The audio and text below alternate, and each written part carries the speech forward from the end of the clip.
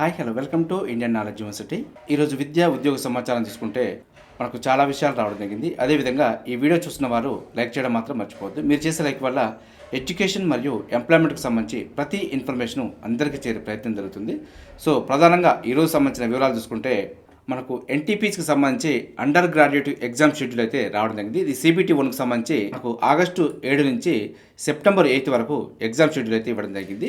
So ఎవరైతే apply చేసుకున్నారో వారైతే చూసుకునే ప్రయత్నం చేయండి. దీనికి సంబంధించి అప్డేట్ సమాచారం అయితే మన టెలిగ్రామ్ ఛానల్ అదేవిధంగా వాట్సాప్ ఛానల్ అయితే మీకు నిన్ననే అందించే ప్రయత్నం చేశాను. అదేవిధంగా మరో నోటిఫికేషన్ సంబంధించి చూసుకుంటే యూపీఎస్కి సంబంధించి సెంట్రల్ ఆర్మ్డ్ పోలీస్ ఫోర్స్ సంబంధించి కూడా మనకు ఎగ్జామ్స్ షెడ్యూల్ అయితే రావడం జరిగింది.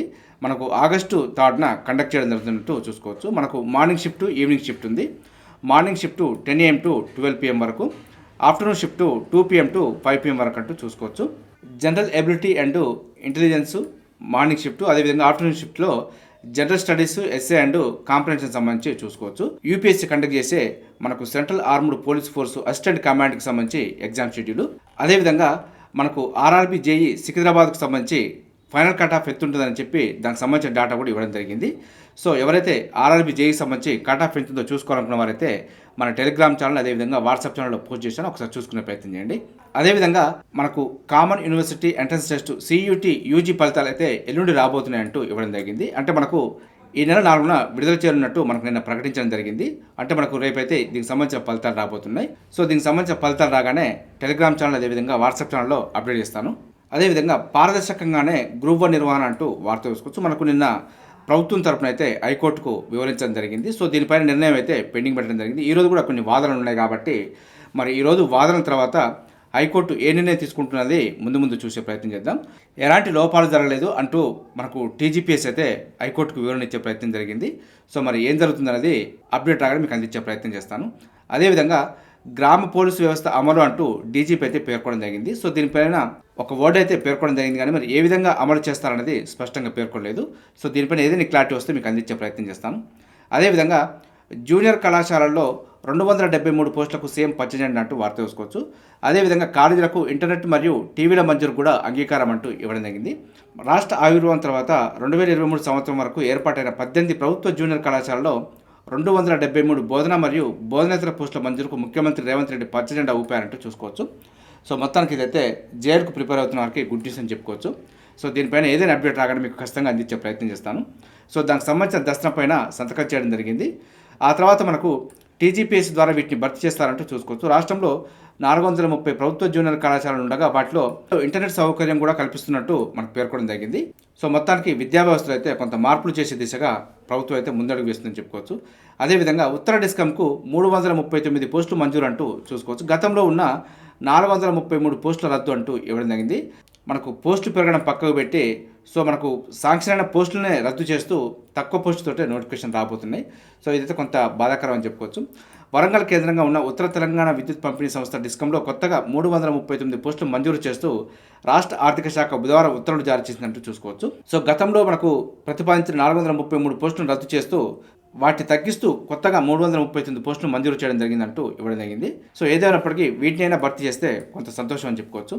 అదేవిధంగా కొత్తగా మంజూరైన పోస్టులు అంటూ వాటికి సంబంధించిన వివరాలు చూసుకుంటే చీఫ్ ఇంజనీర్ అయితే ఒకటి ఉంది. అదేవిధంగా చీఫ్ జనరల్ మేనేజర్ ఒకటి, సంయుక్త కార్యదర్శి ఒకటి, పర్యవేక్షక ఇంజనీర్ 4 ఉన్నాయి, జనరల్ మేనేజర్ GMకి సంబంధించి ఒకటి ఉంది, డివిజనల్ ఇంజనీరు DEకి సంబంధించి 4 ఉన్నాయి, సహాయ DE 6 ఉన్నాయి, సీనియర్ అకౌంట్స్ అధికారి 4 ఉన్నాయి, అకౌంట్స్ అధికారి AOకి సంబంధించి ఒకటి ఉంది, సహాయ AO 2 ఉన్నాయి, జూనియర్ AO 20 ఉన్నాయి, పర్సనల్ అధికారి 4 ఉన్నాయి, సహాయ ఇంజనీరు 16 ఉన్నాయి, సబ్ ఇంజనీరు 16 ఉన్నాయి, senior assistant 88, senior line inspector సంబంధించి 32 ఉన్నాయి, అసిస్టెంట్ లైన్మెన్ 48 ఉన్నాయి, ఆఫీస్ సబార్డినేట్ 80 ఉన్నాయి, వాచ్మెన్ 4 ఉన్నాయి, స్వీపర్ 6, మొత్తం 339 పోస్టులు మంజూరయ్యాయంటూ వార్త చూసుకోవచ్చు.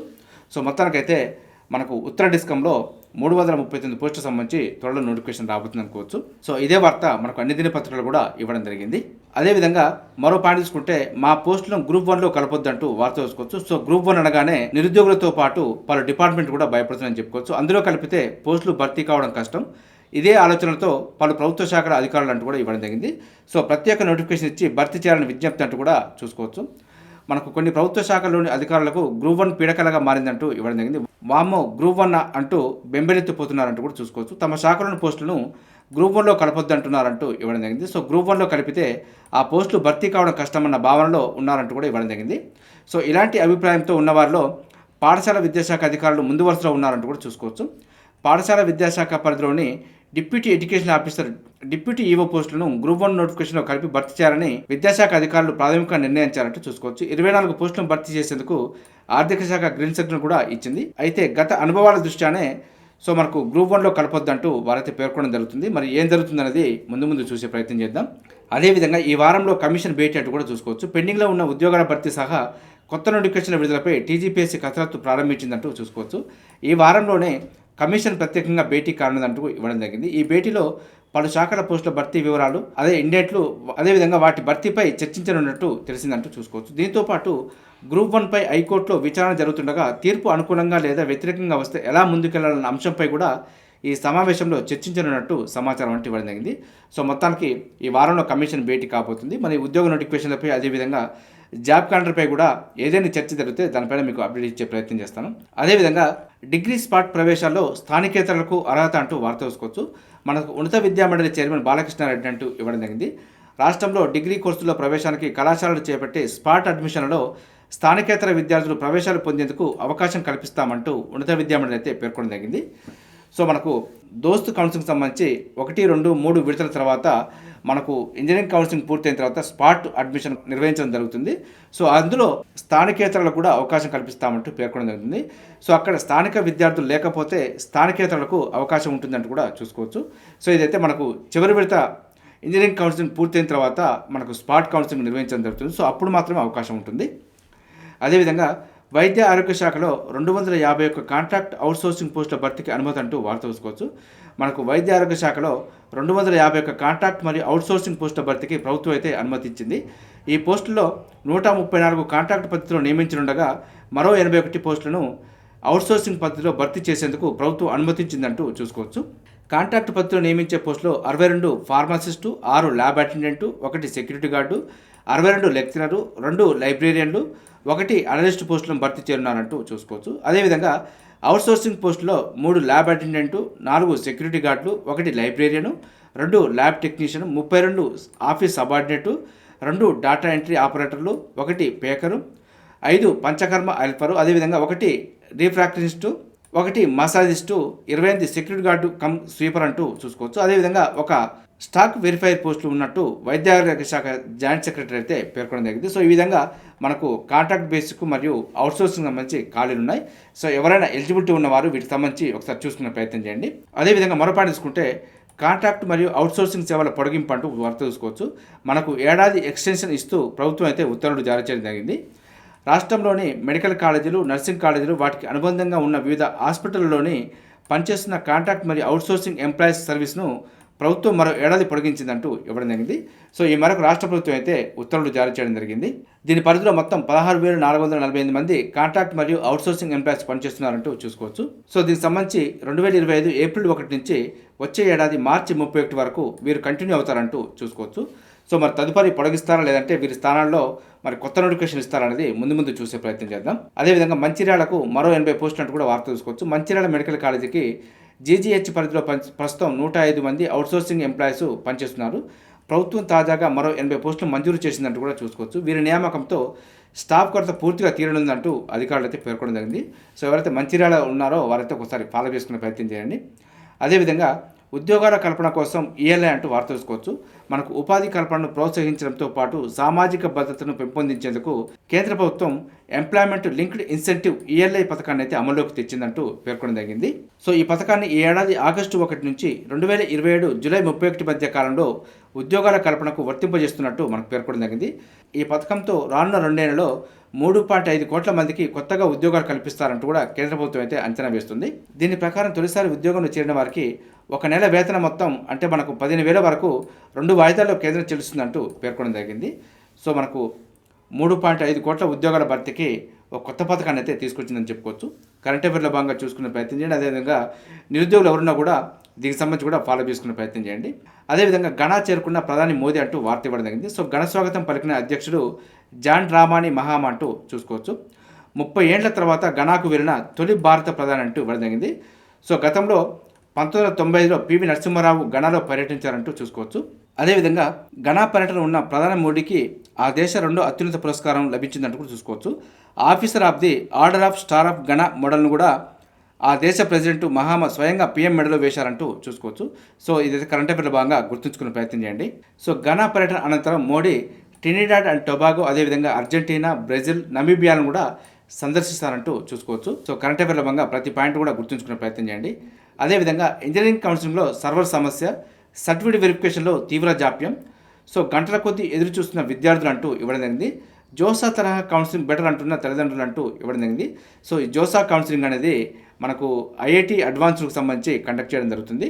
మరి జోసా విధానానికి కొన్ని ప్రత్యేక పద్ధతులు ఉంటాయి కాబట్టి సో ఆ ఫార్మాట్లో మనకు ఇంజనీరింగ్ కౌన్సిలింగ్ నిర్వహిస్తే బాగుంటుందంటూ పేర్కొనడం జరుగుతుంది. సో మనకు జోసా కౌన్సిలింగ్ మీద పూర్తి అవగాహన ఉంటేనే మనకు ఇంజనీరింగ్ కౌన్సిలింగ్లో పార్టిసిపేట్ చేయడానికి అవకాశం ఉంటుంది. సో మరి అది కొద్దిగా డిఫరెంట్గా ఉంటుంది కాబట్టి దానిపైన అవగాహన కల్పించిన తర్వాతే మనకు ఇంజనీరింగ్ కౌన్సిలింగ్లో జోసా కౌన్సిలింగ్ విధానం తీసుకొచ్చే ప్రయత్నం చేయాలి. అదేవిధంగా మరోపాటు చూసుకుంటే 9 నుంచి 12 తరగతులు ఒకే చోట అంటూ వార్త తెలుసుకోవచ్చు.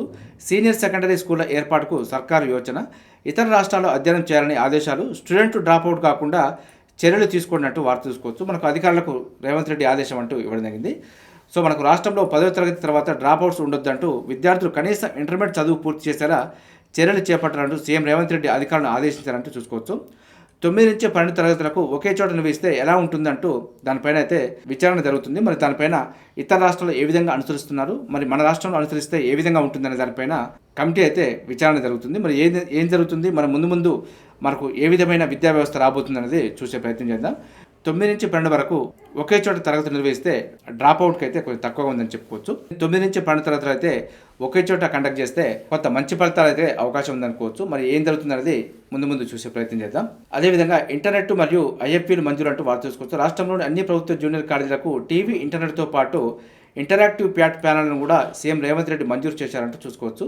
డిజిటల్ విద్య కోసం వీటిని మంజూరు చేయాలని ఇంటర్ విద్యా డైరెక్టర్ కృష్ణాదిత్య కోరగా సీఎం సానుకూలంగా స్పందించి వెంటనే మంజూరు చేశారంటూ ఇవ్వడం జరిగింది. సో మొత్తానికి జూనియర్ కాలేజీల అభివృద్ధికి అయితే ప్రభుత్వం కొంత కట్టుబడిందని చెప్పుకోవచ్చు. ఈ విధమైన సౌకర్యాలతోటి విద్యా వ్యవస్థలో కొంత సానుకూల ఫలితాలు వచ్చే అవకాశం ఉంది. అదేవిధంగా మరో పాయింట్ చూసుకుంటే జిల్లాకు 2 ఇంటిగ్రేటెడ్ రెసిడెన్షియల్ స్కూల్ అంటూ వార్త చూసుకోవచ్చు. బాలురు బాలికలకు ప్రత్యేకంగా ఏర్పాటు, విద్యాశాఖ సమీక్షలో సీఎం రేవంత్ అంటూ ఇవ్వడం జరిగింది.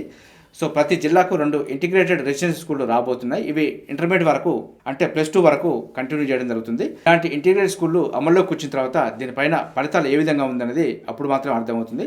సో ఇలాంటి విద్యా వ్యవస్థ తీసుకురావడం అనేది కొంత మంచి పరిణామమే. ఇందులో ఎవరికి ఏ విధంగా అడ్మిషన్ కల్పిస్తారనేది ముందు చూసే ప్రయత్నం చేద్దాం.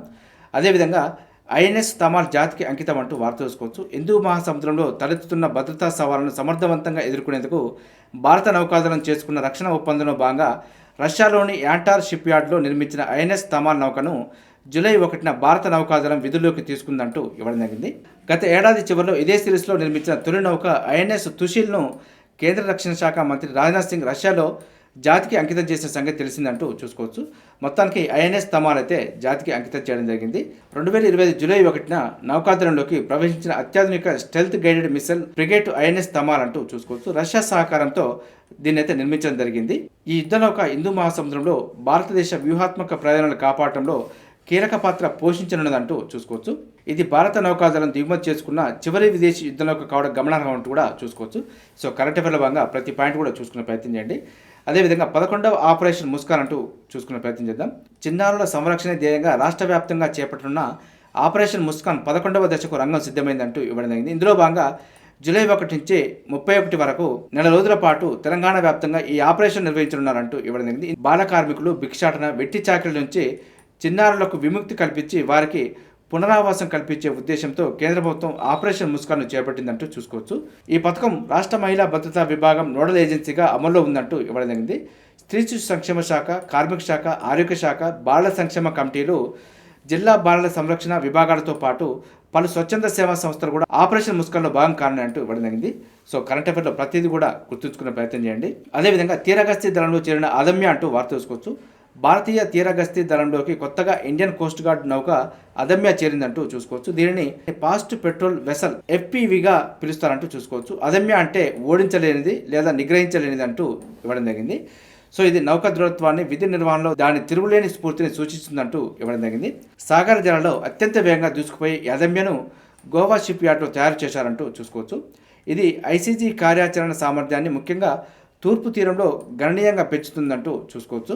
భారత ప్రభుత్వం ఆత్మనిర్భర్ మేక్ ఇన్ ఇండియా కార్యక్రమానికి అనుగుణంగా దేశీయంగా నిర్మించిన ఫాస్ట్ పెట్రోల్ వెసల్ ఐసీజీఎస్ అదమ్యను భారతీయ తీరగస్తీ దళంలోకి అధికారికంగా ప్రవేశపెట్టారంటూ చూసుకోవచ్చు. సో మనకు తీరగస్తీ దళంలో చేరిన అదమ్య అంటూ గుర్తుంచుకునే ప్రయత్నం చేయండి. సో కరెంట్ అఫైర్ భాగంగా మనకు స్టేట్మెంట్ రూపంలో అడిగే అవకాశం ఉంది కాబట్టి ప్రతి పాయింట్ కూడా గుర్తుంచుకునే ప్రయత్నం చేయండి.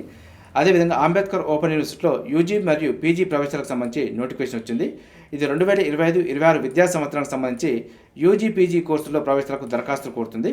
సో కోర్సులు వివరాలు చూసుకుంటే యూజీలో బీఏ, బీకామ్, బీఎస్సీ, అదేవిధంగా పీజీలో MA, MCom, MSc, MBA, MLIC, BLSc, diploma కోర్సులు అంటూ చూసుకోవచ్చు. మనకు ఇంగ్లీష్ మరియు తెలుగు మీడియం మరియు ఉర్దూ మీడియం కూడా అందుబాటులో ఉన్నాయి. సో వాటికి సంబంధించి అర్హతలు చూసుకుంటే ఇంటర్మీడియట్ మరియు డిగ్రీ లేదా దానికి సమానమైన కోర్సు ఉత్తీర్ణులై ఉండాలంటూ ఇవ్వడం జరిగింది.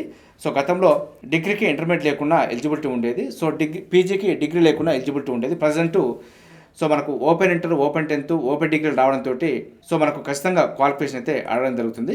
సో దరఖాస్తు విధానం అయితే ఆన్లైన్ ద్వారా చేసుకోవాల్సి ఉంటుంది. మనకు ఆన్లైన్ దరఖాస్తు చివరి తేదీ ఆగస్టు 13 వరకు ఉంది. కొన్ని సందర్భాల్లో అప్లికేషన్ మిస్ అయిన వారికి డేట్ ఎక్స్టెండ్ చేసే అవకాశం కూడా ఉంటుంది. సో ఏదైనప్పటికీ ఆగస్టు 13 వరకు అయితే అప్లికేషన్ చివరి తేదీ.